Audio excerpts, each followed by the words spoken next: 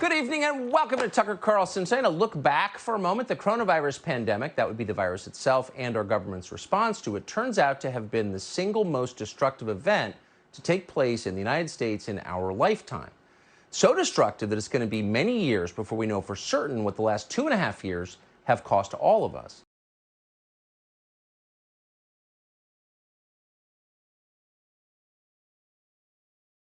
Today, the greatest risk of global catastrophe doesn't look like this. Instead, it looks like this. If anything kills over 10 million people in the next few decades, it's most likely to be a highly infectious virus rather than a war. Now, part of the reason for this is that we have invested a huge amount in nuclear deterrence. But we've actually invested very little in a system to stop an epidemic. We're not ready for the next epidemic. The failure to prepare could allow the next epidemic to be dramatically more devastating than Ebola.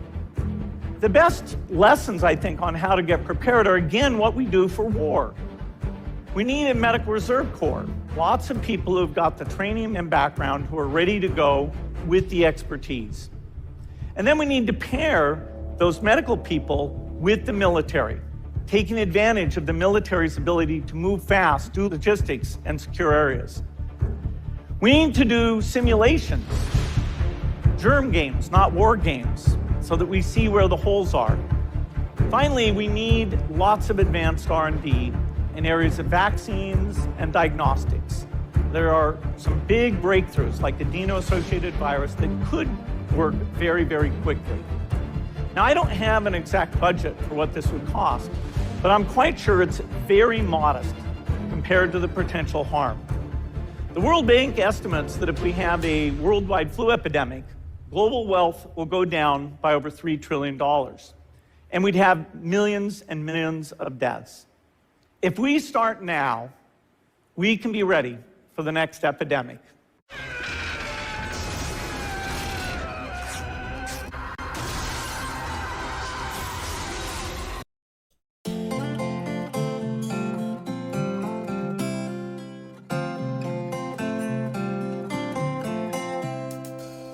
Welcome, family, to another edition of Stranger Thinking Media. This is Yahweh, where we bring you the gospel of Yahushua HaMashiach, Jesus the Christ, to address the problems of a modern world.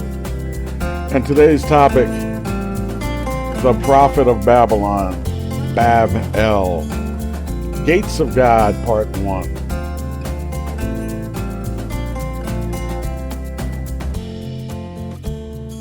Revelation 18. And the kings of the earth who have committed fornication and lived deliciously with her shall bewail her and lament for her, when they shall see the smoke of her burning, standing afar off for the fear of her torment, saying, Alas, alas, that great city Babylon, that mighty city, for in 1 hour is thy judgment come. And the merchants of the earth shall weep and mourn over her, for no man buyeth their merchandise anymore.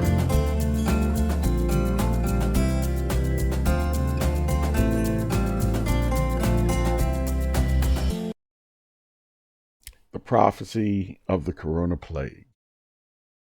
Exodus chapter 9.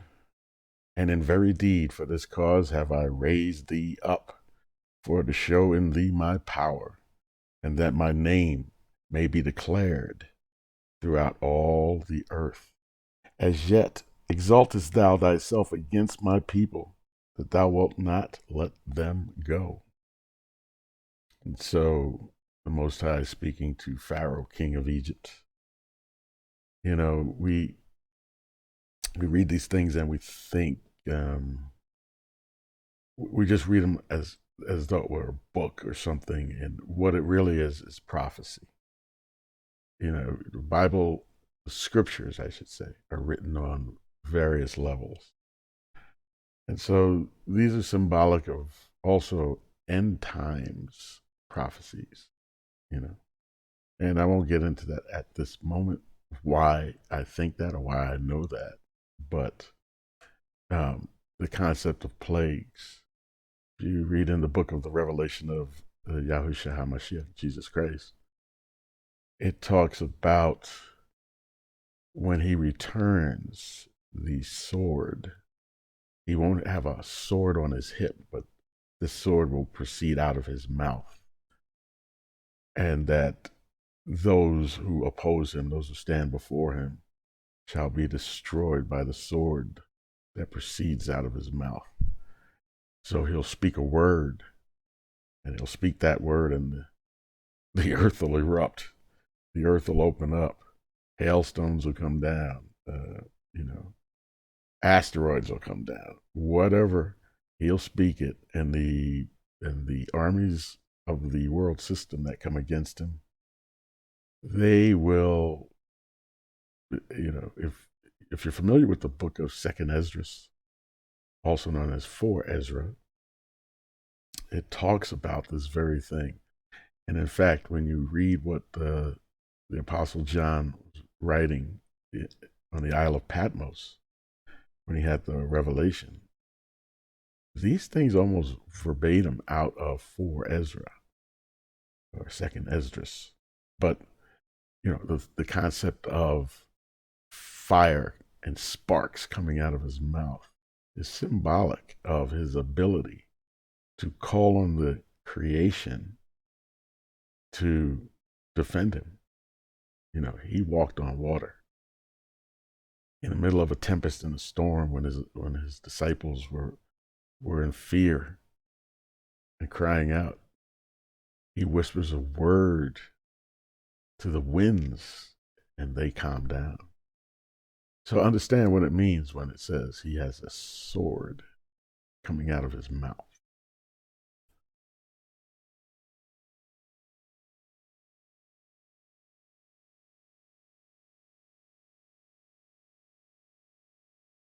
Exodus chapter 9. And Yahweh said, and just so you know, when you see the word Lord in the King James Version, it's actually a translation of the word Yahweh, which means, the eternal. Or some people say, he is. If you use the first person, some people would say Ahaya, which means I am. So we're all talking the same thing, the eternal one, the creator of heaven and earth. And Yahweh said unto Moses and unto Aaron, take to you handfuls of ashes of the furnace, and let Moses sprinkle it towards heaven in the sight of Pharaoh. And it shall come to pass, and it shall become small dust in all the land of Egypt, and shall be a boil breaking forth with blains upon man and upon beast throughout all the land of Egypt. And they took ashes of the furnace and stood before Pharaoh, and Moses sprinkled it up towards heaven. And it became a boil breaking forth with blains upon man and upon beast. And the magicians could not stand before Moses because of the boils, for the boil was upon the magician and upon all the Egyptians. And Yahweh hardened the heart of Pharaoh, and he hearkened not unto them, as Yahweh had spoken unto Moses. So, I just thought it was interesting that Yah told Moses to take handfuls of ashes and essentially toss them up in the air. Kind of an airborne pathogen, if you will. And so, as you saw in the video, there are all sorts of plans of how we should handle the next pandemic. Now, this was done that video was back in 2015. So, it's either Mr. Gates is a prophet or he knows more than he's letting on. I got some more videos that are coming that's going to just tell the truth. And it's, during the pandemic, there were things that you could not say. But I still think I should be careful. But there are a lot of truths coming out now, documented truths, and it's not even, at the time, if you were to suggest certain things, it would be considered conspiracy theory. And of course, that's a term that is used to diffuse, if you will, to muddy the waters, if you will. The minute someone says conspiracy theory, it kills the conversation. It doesn't matter how much logic or proof.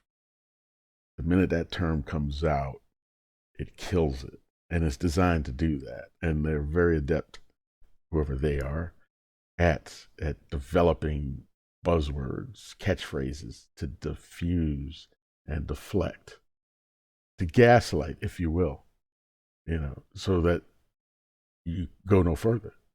The minute something is called a conspiracy theory, never mind whether the funny part to all of that is, by definition, when a bunch of people get together and plan something in secret, that's kind of the definition of conspiracy. So yes, it's true, it's a conspiracy theory, but the original definition has kind of been crushed and supplanted and replaced by another definition.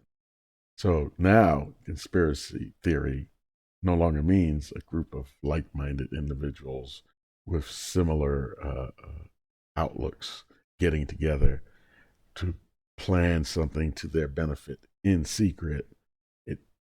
That's no longer a conspiracy.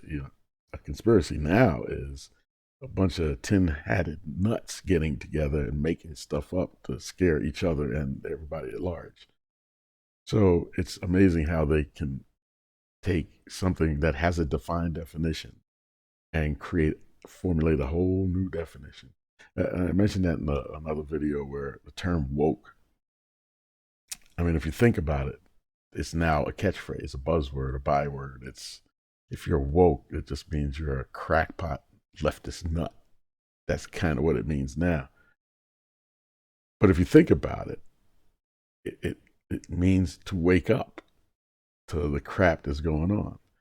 But that definition has been supplanted with woke, you're a leftist nut job, right? So they're very effective at their, propaganda. So we won't belabor that point, but just understand, if you go back to the original definitions of these things, yes, there are people that get together that have common interests and they benefit each other, and it might be best that other people don't know because they might stop it. And how else are we going to make all this money? So anyways, but in this verse, Exodus 9 and 8, I just found it interesting that they tossed ashes into the air, so it went airborne. But it also says that the magicians of Egypt also got caught up in it. They got boils. They couldn't stop this thing. And so they also fell victim to the plague. So, let's just think about it. And in the next video, I'm going to talk some more about the aftermath of this plague that we saw back initiated in 2019-ish. But what scares me in that video was that they talked about combining the medical with the military. That, I'm not, it's, you know what it sounds like. So medical, military. Does that send chills down your spine at all? So what is the military? It's a broadsword. It's not a scalpel. The FBI is a scalpel. CIA is a scalpel. The detectives in a police force, that's a scalpel. A broadsword is when you're given the word to just chop, just follow orders and chop. And it takes out, things, scalpel, you can cut around little arteries and veins and stuff. A broadsword just chops and, oops, we caught your femoral artery, so you're going to bleed to death. We lost one. It's not meant for surgical procedures. The military is not meant for surgical procedures. And so when you talk about combining the medical with the military, it's a frightening thought, because what it sounds like is that we saw what mandates were about, and I used to, when the mandates came about, and everybody was saying, well, the president mandated it. I, I actually had some friends over and they were talking about that. And I said, well, what is a mandate? Well, that's when the president says we got to do something. I said, but what, the president has certain powers. I don't think mandates are one of his powers. You see, there's a system of checks and balances. So laws are developed in Congress, right? And then the president, once it's validated, the president executes those laws. But then the Supreme Court has to say, hey, is that law actually legal? Because laws can be illegal. And I can think of quite a few illegal laws that were on the books and some that are still on the books. But, the idea of the military and medical combining is a very scary thought. And I used to think when they were coming out with Obamacare that, hey, who are these right-wing nuts that are saying, oh, they're going to create death squads? I didn't understand what they were talking about. I was in a different place in my life. And I couldn't quite understand why they were so afraid of that. Because it just seemed like, yeah, universal health care is a good thing. But now when I look at it, when I saw the mandates, people losing their jobs because they refused to take a jab, and people pitting themselves against their neighbors for not wearing masks or whatever. I mean, that's just, I was just observing what was going on. I thought, this is madness. So if you got the jab, and the guy next to you didn't get the jab, it seemed like the guy who got the jab was angry at the guy who didn't get the jab. And I thought, are these people thinking this through? If you got the jab, shouldn't you be okay? And the guy who didn't get the jab, that's on him when he, if he gets sick, right? Or people wearing masks, and then you go, well, you need to put a mask on. And the other person has a mask on. So as I observed, I looked at the person who had the mask on and go, well, why are you worried about it? You have a mask on. So, I just saw how it devolved into neighbor against neighbor, people, average Joe against average Joe. But, at the end of the day, my mantra is, yeah, just follow the money. It was probably the biggest wealth transfer in the history of mankind during that pandemic.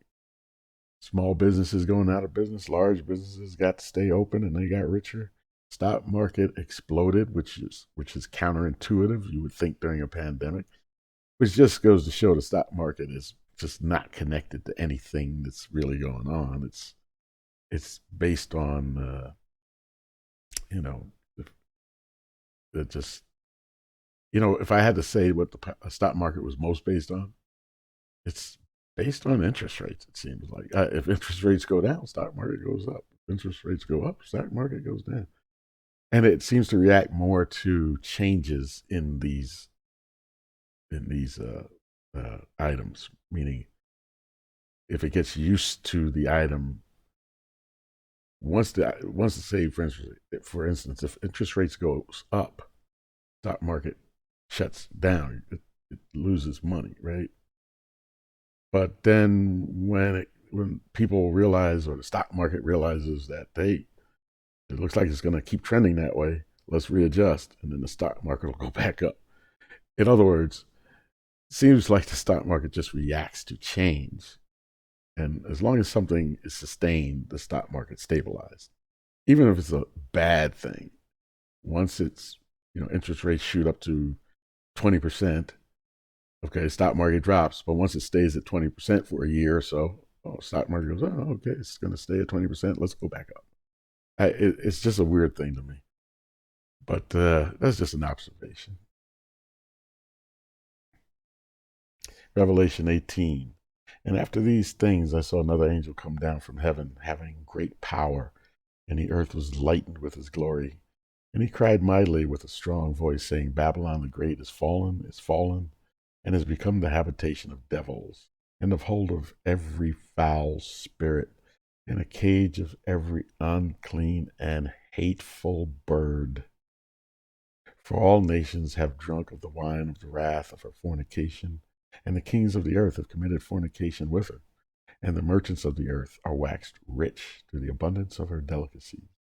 And I heard another voice from heaven saying, Come out of her, my people, that ye be not partakers of her sins, and that ye receive not of her plagues. So it seems like these end time plagues are being held in store for Babylon. So if you think about it, really, the first Babylonian regime actually comes out of Egypt with Egyptian thoughts. Because Nimrod was the son of Cush, who was the son of Ham. And Cush's brother is Mitzrayim. Mitzrayim is we call Mitzrayim Egypt, right? But these concepts come out of Egypt into Babylon, and Nimrod creates his own religion, essentially. And that religion is with us to this day in various forms. And I want to do a video on that. It's just so many thoughts going through my head. I don't know where I'm going to fit it all in, but yeah, that's very important because the concepts developed in Babylon have traveled from what do you call that? The ground zero. Babylon is kind of like ground zero for all our thought process, all our religions, the system that exists today. Babylon was ground zero for all of that stuff. And you're thinking you're different from them, but no. If you just look at the religions around the world, they all have the elements of Babylon in them. And like I said, I'm going to save that for another time, another video. Verse 5. For her sins have reached unto heaven, and God hath remembered her iniquities. Reward her even as she rewarded you, and double unto her according to her works. So it seems like Babylon's going to get double what Egypt got.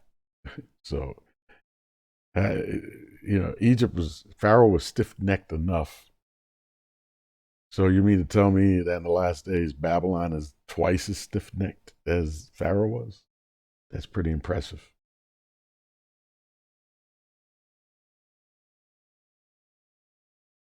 Again, Revelation 18, verse 7. How much she hath glorified herself and lived deliciously. So much torment and sorrow give her. But she saith in her heart, I sit a queen, and am no widow, and shall see no sorrow. Therefore shall her plagues come in one day, death and mourning and famine, and she shall be utterly burned with fire. For strong is Yahweh Elohim, who judges her. Wow. So you have to read that and think, whoever or whatever Babylon is.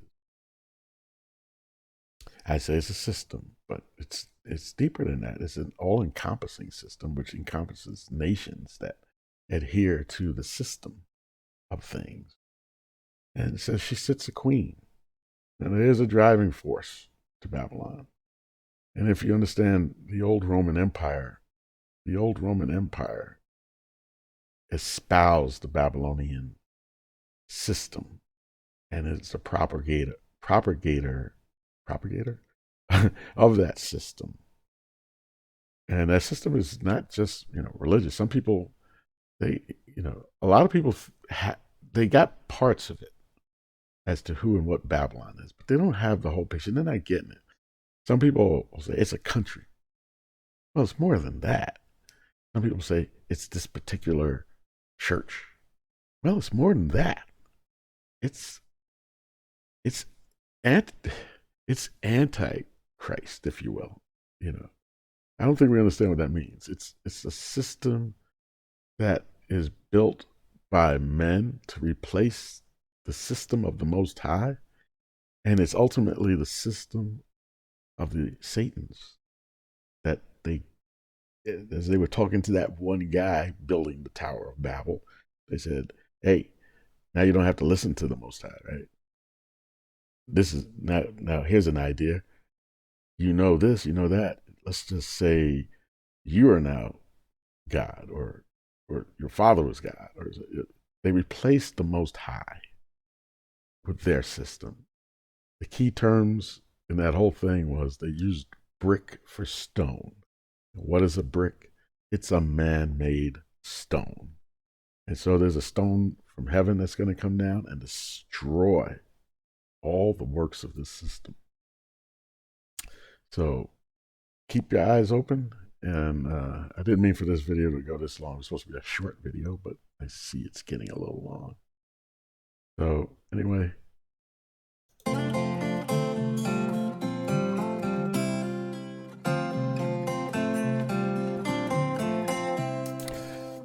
Farewell, my friends and family. I love you all so much. Thank you so much for continually supporting my content. If you did enjoy this video, hit the thumbs up button, subscribe, and turn on the notification bell. And share this with your friends and family. I'm sure they'd find it interesting as well. I'm very excited to continue this journey with you. I thank you all for bringing certain stories to my attention and continually keeping me updated with certain events around the world. I very much appreciate you all. And shout out to the channel members. May everybody have a beautiful and blessed day who's in the body of Messiah, Yahushua HaMashiach, Jesus the Christ of Nazareth.